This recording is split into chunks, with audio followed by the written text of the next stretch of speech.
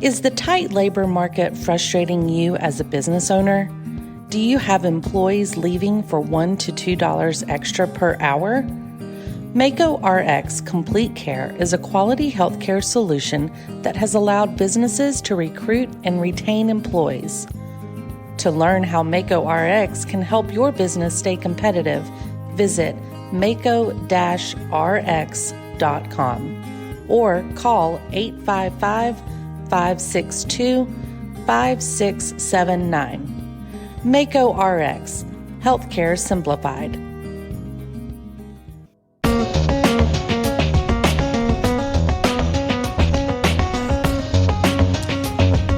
We're back. Welcome to the Entrepreneur Exchange on the Mesh Podcast Network. It's your monthly podcast for conversation about startups and small business. We're here with some ideas and information to help you grow and operate your business more effectively.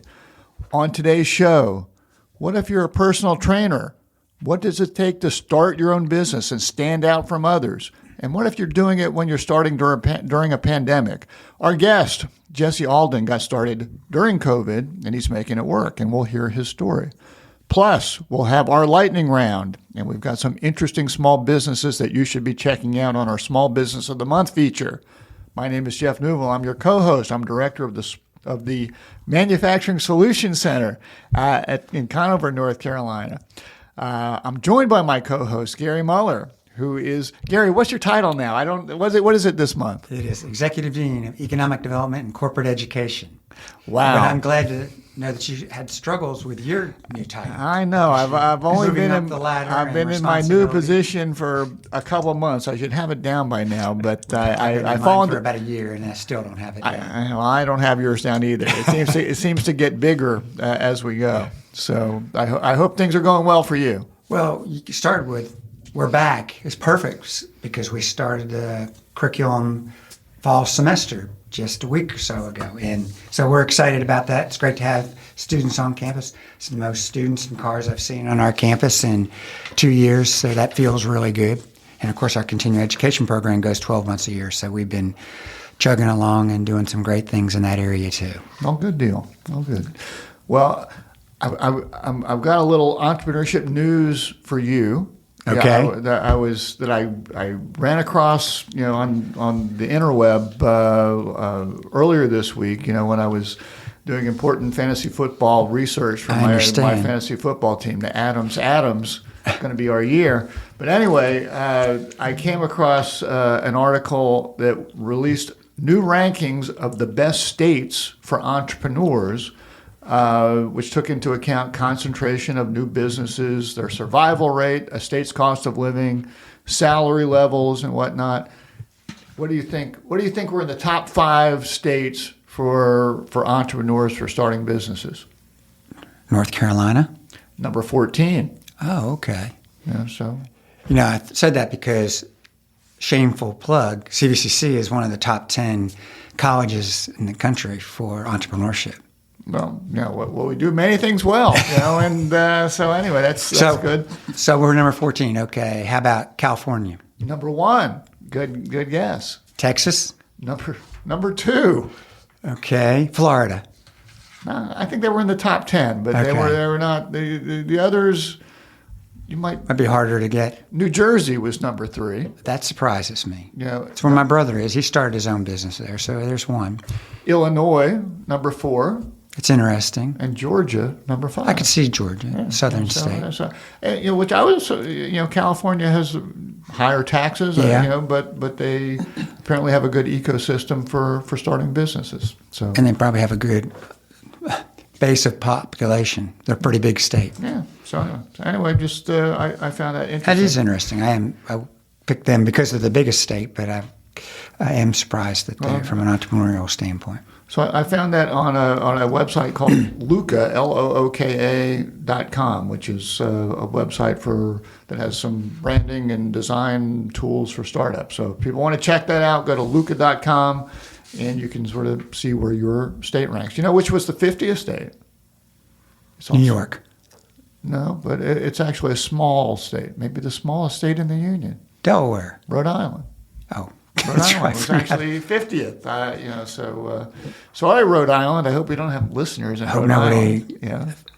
gets mad at me because of my geography, not knowing the smallest state. Now you say it. I think Delaware was not good either, although I suspect we see a lot of companies that incorporate there for legal that's reasons. true. They do it for legal reasons. Well, those are like the mega companies, not the Right. startup companies. Exactly. Anyway, let's welcome our guests. Jesse Alden with Phoenix Physical Training. Jesse, how are you doing today? I'm doing great, guys. Good morning. Thanks for having me. Well, we're glad you're with us. Jesse, you have been involved in fitness for 20 years. Gary and I could make that claim as well, but probably not to the same degree as you. We could make that claim.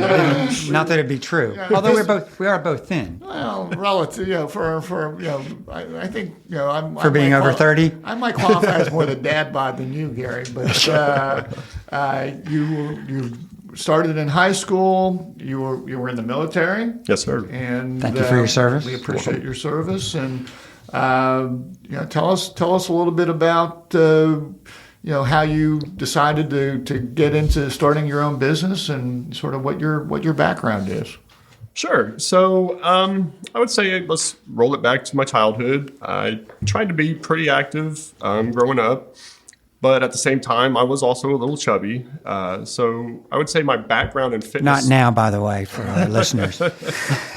Just saying. A lot of hard work. So my background in fitness, I would say, really began in high school. Once I got into high school, I started taking weightlifting classes and just really liked feeling stronger and seeing the different changes in myself. After graduating high school, I went to the Army, and for the next 9 years, part of my daily life was morning physical training. So, was that your choice? that was definitely not my choice. It's one of those things that kind of grew on me, I guess. My son was in the Marines, and that's what exactly he went. Once he got in there, he started working out. Very good. And now he's continuing it for many more years after that. I go back to the movie Stripes. I mean, John Candy always said, hey, this would be a great way to lose some weight, right? That's right. There you go. 100% correct. But it is real work. And that is true, too. So through high school, most of what I experienced was the muscle building aspect of fitness. Once I got into the Army, it opened me up to a different aspect, more of the weight loss. I actually went into basic training at 215 pounds.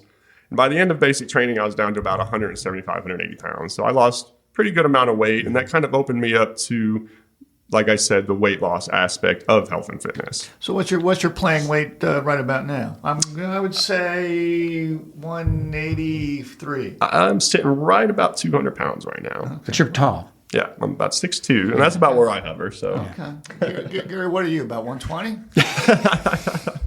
About 160. Okay, you're a skinny guy. tall as well. All right. So it was during my time in the Army that I really allowed me to kind of fall in love with exercise in general. It just made me feel so much better, helped me perform better, do my job.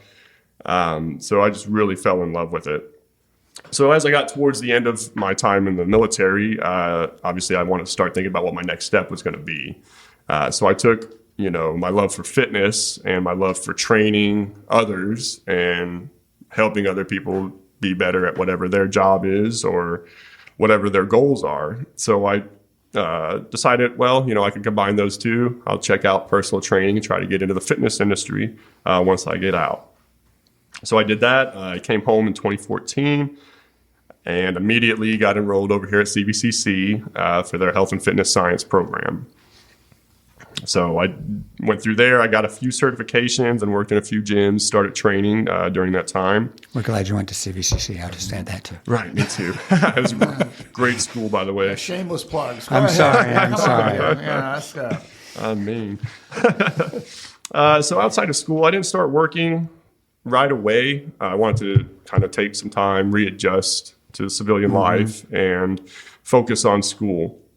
So then once I did start working, about 6 months after being home, I did get into some gyms and started training and managing, working front desk, getting to know people.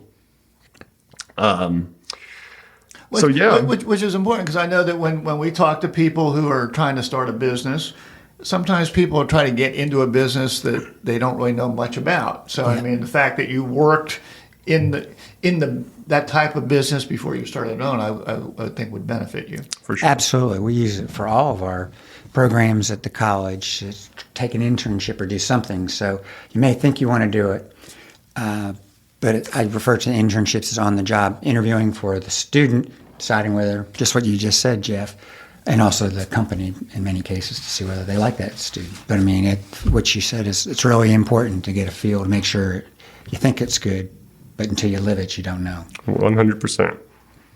So I'd say ultimately, through my own personal experiences with results, injury prevention, different recovery. I've had a few injuries of myself, which kind of helps me be more conscious about what I'm doing with my clients.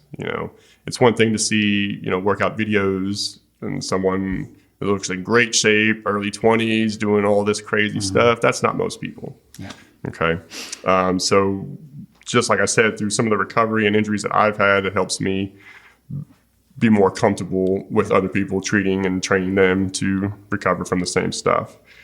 So with all that, I'd say I just realized what exercise and living a healthier lifestyle can do for myself and what it's done for others. Cool.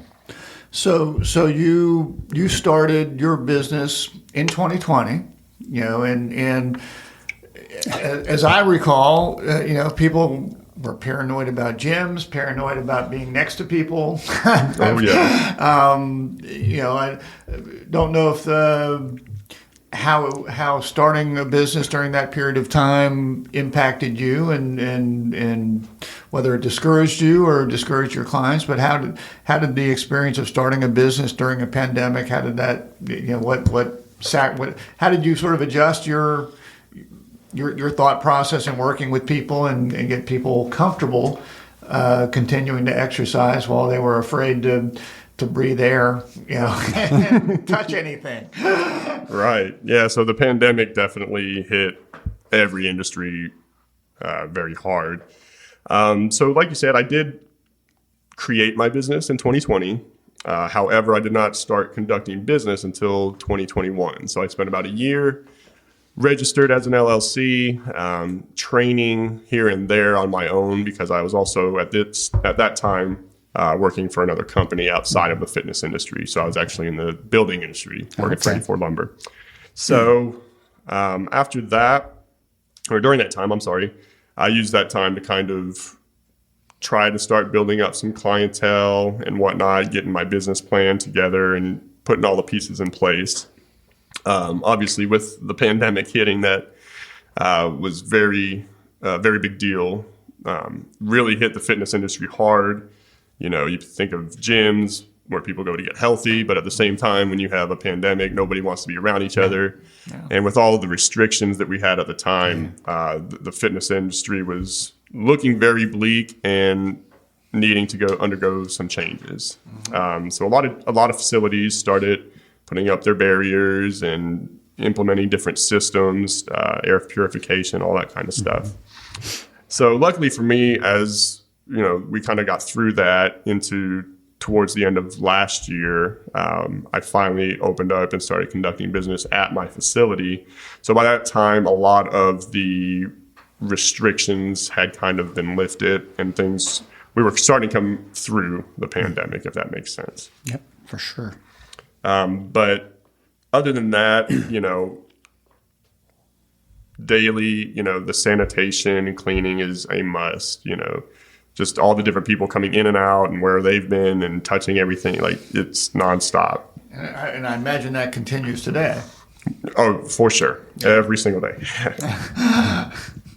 So to start this sort of business, and you've got your own facility, I think in Conover. That's correct. You've had to invest in equipment. I'm sure you've had some startup costs that you've had to incur. I mean, what sort of challenges have you had with your startup? I mean, have you funded this yourself? Have you gotten assistance? Have you, we sometimes call it bootstrapping, as you sort of do it on your own and have to find ways to get creative and, run up that expensive credit card debt. What approaches did you take with your startup, and what were your challenges? So just to touch back on COVID, my original plan for funding back in the beginning of 2021 was to go the traditional route, apply for a small business loan. So I had spent months and months working on a very detailed business plan on everything I was going to do, everything I needed, had it solid, was talking to a few lenders throughout the process. Once I got my finalized business plan sent back over to the few lenders, all of my responses came back that no banks were lending to fitness startup companies, period. So, So that's encouraging. Yeah. So I found myself almost back at square one and not sure what I was going to do. But I did have some other lenders reach out to me, and I ended up going a more non-traditional route. They called it credit card stacking. So basically, a broker applied on my behalf for, a handful of credit cards. With different perks, some are benefits for cash back on this or that. Some offer rewards points and whatnot, which very important. If you ever have to go that route, you want to be able to maximize the benefits, especially with credit cards and the interest rates typically being higher. You want to look for those, 0% introductory APRs, for 12 to 20 months. You want to get the cash back deals and all of that. So that's the route that I ended up going with that. I was able to save up some of my own money. So I had a small investment of my own. I also started doing some fundraising. I did have a GoFundMe account, so I was receiving donations from friends and family as well. So I was able to raise a little capital that way. But the majority did come from the credit card stacking. Mm-hmm. And which on the surface sounds like a slippery slope, in that if you're not careful, you can really get whacked with those higher interest rates. So it sounds like you sort of were out there making sure that as you got into that, you were looking at areas where you would not have to pay interest for a period of time. Correct. Yeah. So that's, I guess that's sort of buyer beware. Right. And then, you definitely want to do your research on that and, talk with the professionals that do it, but do your own research as well, because, they're making money off of it also. Yeah. So they're going to give you what's going to benefit them the most as well. So just do your research. So you rolled out of the credit cards as the interest rates kicked in? Yeah. So ideally, paid them off with others? Yes. So ideally you want to have, whatever balance is paid off prior to the interest rates kicking in, because going from 0% to 20 or whatever, is a big deal. So be alert. Be alert out there. Stay alert, stay alive. So now certainly there are other gyms out there. There are other personal trainers out there, and to me this is probably a pretty personal business in that I would assume that you have to build a relationship with your clients to keep your customers there. I mean, how do you go about distinguishing your business from other people in your industry and convincing them that, hey, they should be working with Phoenix Physical Fitness and not Joe's Gym down the road? Right. So like you mentioned, Jeff, the fitness industry, especially right around our area here in the Hickory, Conover, Newton Triad area, is pretty saturated. There's a lot of gyms within, 5-10 mile radius. One thing we need to remember is that currently there's no state or federal laws that regulate the fitness industry. So technically, pretty much anybody can call themselves a personal trainer or a group fitness or group exercise instructor, anything along those lines where, it looks nice to have a certification, but you don't necessarily need one. Well, I mean, you look more the part than some of us, but go ahead. Right. Why do you keep looking at me, Jeff? So I think the difference there comes with education experience, in part, at least. Like I mentioned earlier, it's one thing to watch YouTube videos and get ideas from other people and then try doing them on your own. But it's another thing entirely to program workouts and programs for other people. because you're basing it off their needs and their capabilities and their goals. So this is one area that I try to stand out with in my business. A lot of the gyms that I've seen around the area, will offer personal training, have personal trainers. Some of them don't really promote it that much. Some are very lackadaisical about it. Some don't really hold their trainers to higher standards. With me, I feel the education really backs the certification, because it gives you a lot of the foundational knowledge to be able to program for other people, understand how the body itself works, and that other people's bodies don't work the same as yours. So I try to go that route. And the second part, or like I mentioned, is the education. Most trainers are happy to get paid and will keep training their clients, and as long as they keep coming in. So with any business, client or customer retention is pivotal to success, especially in the service industry. What I try to do is educate my clients as much as possible in terms of what they're doing, why they're doing it, what's happening in their body, and what the results are going to be. The goal is to help my clients reach their goals and empower them to continue the active, healthy lifestyle on their own. So it kind of plays a little bit with retention, but I've found that even if I were to lose a client through that route because they have progressed to a point where they feel comfortable, chances are they're going to get a referral to me because they've made their achievements. They're looking good, feeling good. Right. So, today's market, like I said, especially in the service industry, just relies so heavily on customer service. This is the other part that I feel makes my business stand out. The customer service a lot of times ends after, the sale is made, the person signs the dotted line, or even after the first interaction if they don't sign up. Okay. Sometimes there's just a complete lack of customer service. But I have found that great customer service is conducive to a few things, including increased word of mouth promotion. So like I just mentioned, you get the people the results, you create an awesome experience for them. It could be, trainer A, when you come in, do your workout, the client's picking up everything, putting everything away, doing this, doing that, the trainer's on their phone, whatever the case, to where trainer B, re-racks the weights for the clients, wipes down all the equipment for the clients, does not take the cell phone out of the pocket or even have them on. So it's these little things that just create this overall just great customer experience that's going to keep people coming back and increase the stories and times that they talk to other people about their experience. And also with the internet today and online reviews, you just get so much more exposure from what one person might have to say than you would, 20 years ago.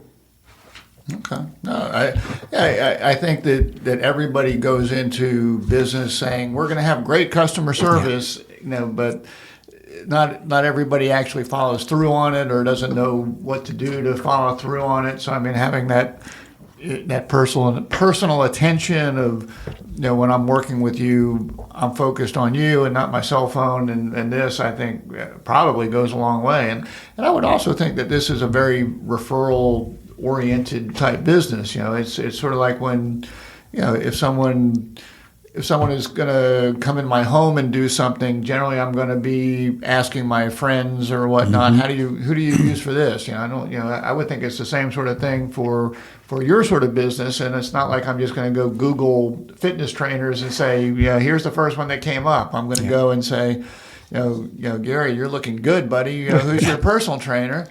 I might not say that. You're not. Thank you for even thinking about that.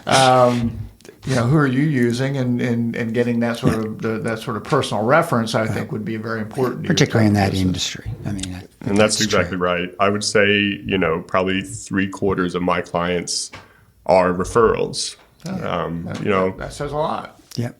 It just speaks volumes.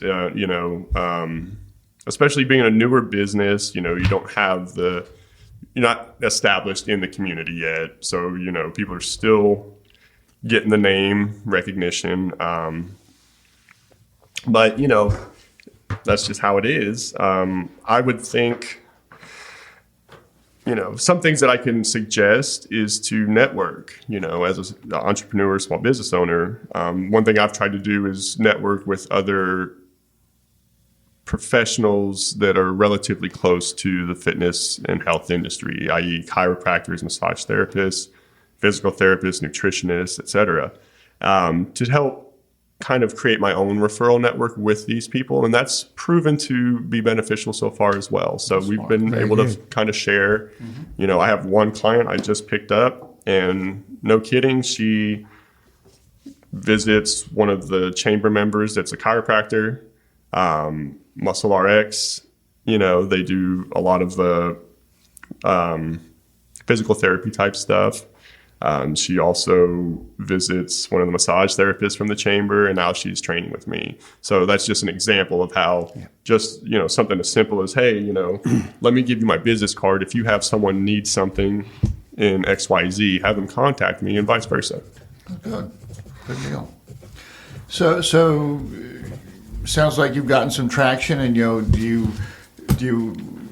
are your plans to try to grow the business? I mean, what sort of challenges do you see out there for this type of business and your business as you go forward? Sure. So, right now, COVID and the other illnesses going around right now continue to be, an issue. It's not really preventing anything at the moment, but we just, you never know where that may go. We haven't had any monkeypox cases yet, have we? I hope not. Not that I know. Not that I know of. All right. Well, not as far as we know. So some of the challenges, retention is always in the front of my mind. What I need to do to cater to my clients, to keep them coming back, to get them to bring other people with them. For growth itself, like I said, still being a new business, I'm still establishing myself within the community. Part of what's helped with that is from the planning process, creating a brand. You can go into a business doing whatever you want and just go full steam ahead without proper planning or, thinking about the future. Or you can do like I did. I created my brand prior to opening my business, from the logo to the name of the business, the values. It's all centered around Phoenix, which has its own story. And it just helps so much with brand recognition within the community. Mm-hmm. So I can tell people, well, why is this your logo? Why are these your colors? Why is it XYZ? This is why. Mm-hmm. This is what it stands for. This is what it represents. And this is what we represent as a business. For our listeners, the logo is really cool. Thank you. So I would say with growth, depending on how you're trying to grow, that's a big aspect as well. Me currently, myself, I try to have an online presence. So, I try to grow my presence there on, YouTube, Instagram, TikTok, Facebook, while also keeping in mind how I can grow in place physically. So right now, one of the challenges I face with that is available space. So right now where I'm located, I don't have any additional space on either side. So once I get closer towards the end of my lease or to a point where I'm ready to expand, that may be a limiting factor for me. That being said, I would say a second challenge to growth is just continuing to get people in the door. As my first year comes to a close, I've noticed that that's becoming easier. I would say my first few months, I had probably a dozen people walk through the door. Unfortunately, they were all looking for the business that was there before me. So that didn't help me out too much, but it was still exposure to some extent. At least people saw the logo, saw the name, found the place. So I would say, just continuing to get people in the door, which right now I'm doing pretty much everything I can to ensure that happens with the customer service and customer retention. But I would say as far as growth for me right now, those are probably my two biggest obstacles. Yeah, which are not uncommon for many businesses. So we'll all run into those challenges.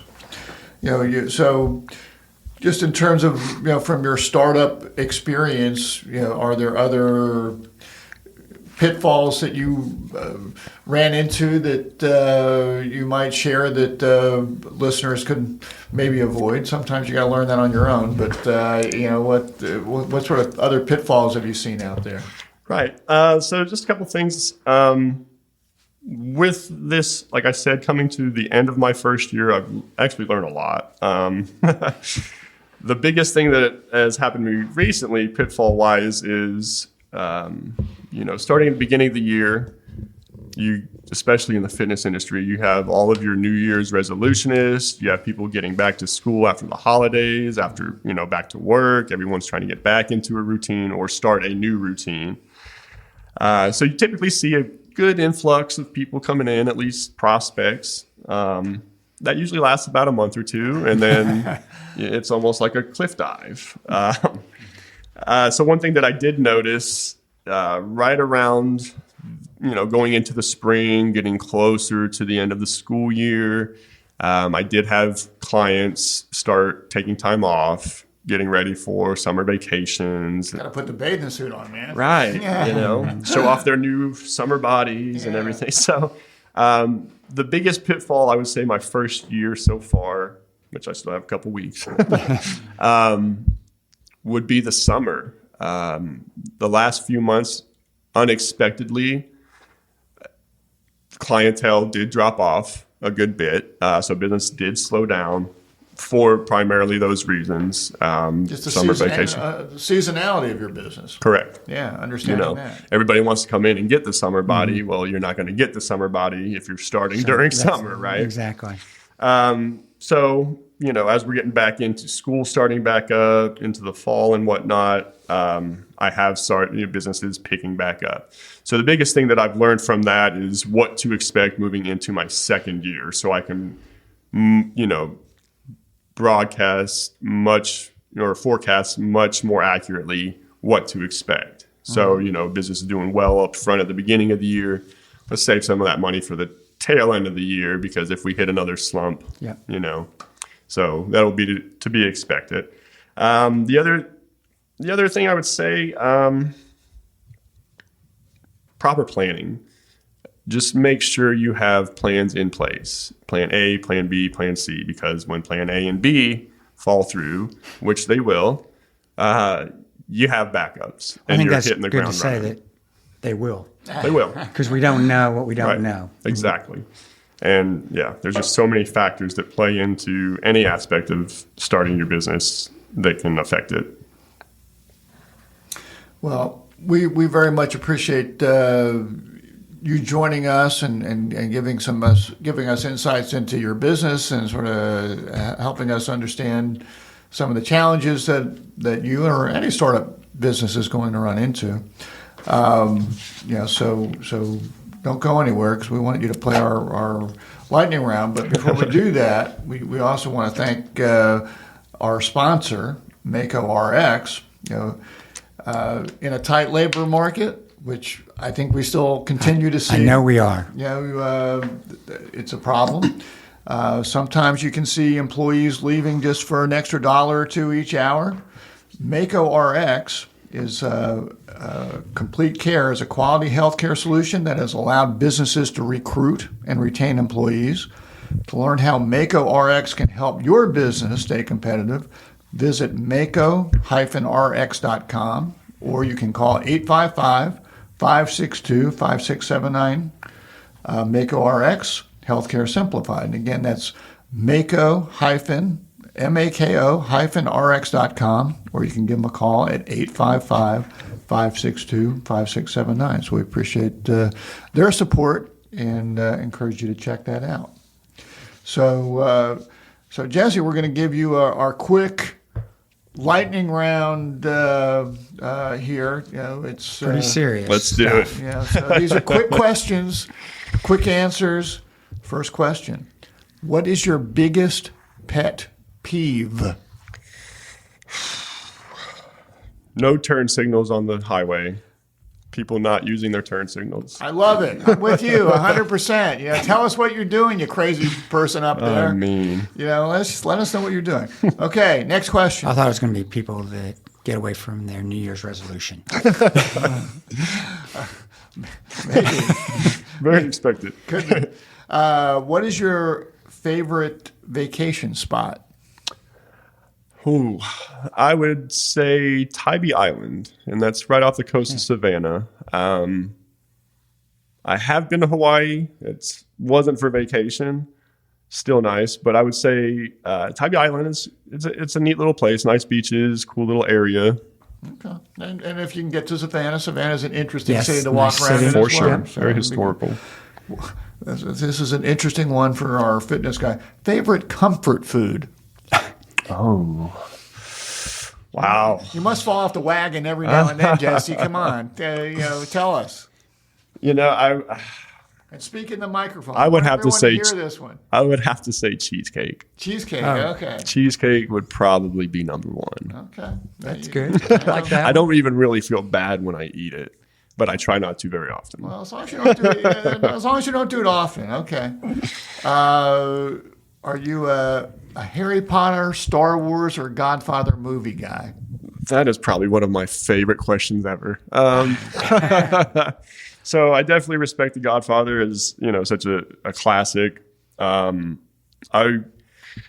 was always a Lord of the Fans versus Harry Potter fan, and so one of my army buddies got me to start watching them, and then I really liked those. But I would say by far I am just a huge Star Wars nerd. Okay. We don't hold this again. We're not judging. This is all good. Of course not. All good. Last question. If you had a superpower, what would it be? Oh, wow. Honestly, this is probably just because of some recent events. If I were able to take away someone's pain, whether it be emotional or physical, I would. Well, What a good one. what a very generous one. Exactly. I mean, Most of our folks, they just want everyone's money, or Right. a superpower Reading minds, to just flying. to spite my enemies. That was sort an of awesome thing. one. Yeah, and you're trying to help the world, so you're an unusual guest for us to have. So I appreciate that. So, well, Jesse, if people want to find out more about Phoenix Fitness, where should they be looking? Sure. So you can visit my website, www.phoenixpt.net. You can find me on Facebook, Instagram, TikTok, and YouTube. Okay. Looks like you got everything covered. That's great. Well, we very much appreciate you joining us today. It's been great. We always like to end our podcast with sharing some small businesses of the month. All right, Jesse, you got anything you want to share with us? Yeah. So I'll touch back on my referral network and shout out for New Directions Chiropractic. Matt Kirkland does an awesome job over there. They actually have a parking lot party going on tomorrow, 11 to 5. So check that out. Music, prizes. And I hate to say it, by the time this gets posted, tomorrow ain't going to be here. So don't be going some to tomorrow. Yeah, some tomorrow will get here, but not that tomorrow. Right. So yeah, I would say him, New Directions Chiropractic. Okay. Well, check out New Direction Chiropractic. Are they in Hickory? They are here in Hickory, yes. Hickory, North Carolina. Okay. We'll be checking those out. Gary, what small business do you have I'm going to go on the theme of referrals too, because I've had some folks help me out personally and my family. First one, I'll go with the affordable movers and storage. As Jeff, you know very well, we were fortunate enough to sell our house very quick. That's the good news. The bad news is we had to get out quick. And we were referred to Affordable Moving and Storage and Trey Gilbert, and they did an outstanding job. Okay. They reacted quickly, and they did more than we could have ever expected. And so we're very high on them. They're in Newton, North Carolina.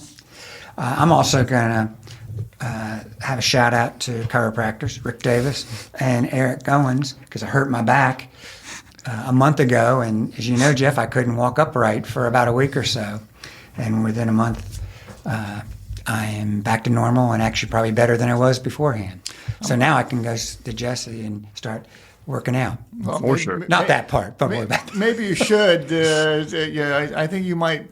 You're very svelte. You're a very handsome man. But in terms of building up that muscle tone, so your back doesn't get thrown out again, you might want to consider that. That's what I was going to say. So, anyway. Maybe the Lord's bringing all these things together in a month. All A right. mover, a chiropractor, and a fitness expert.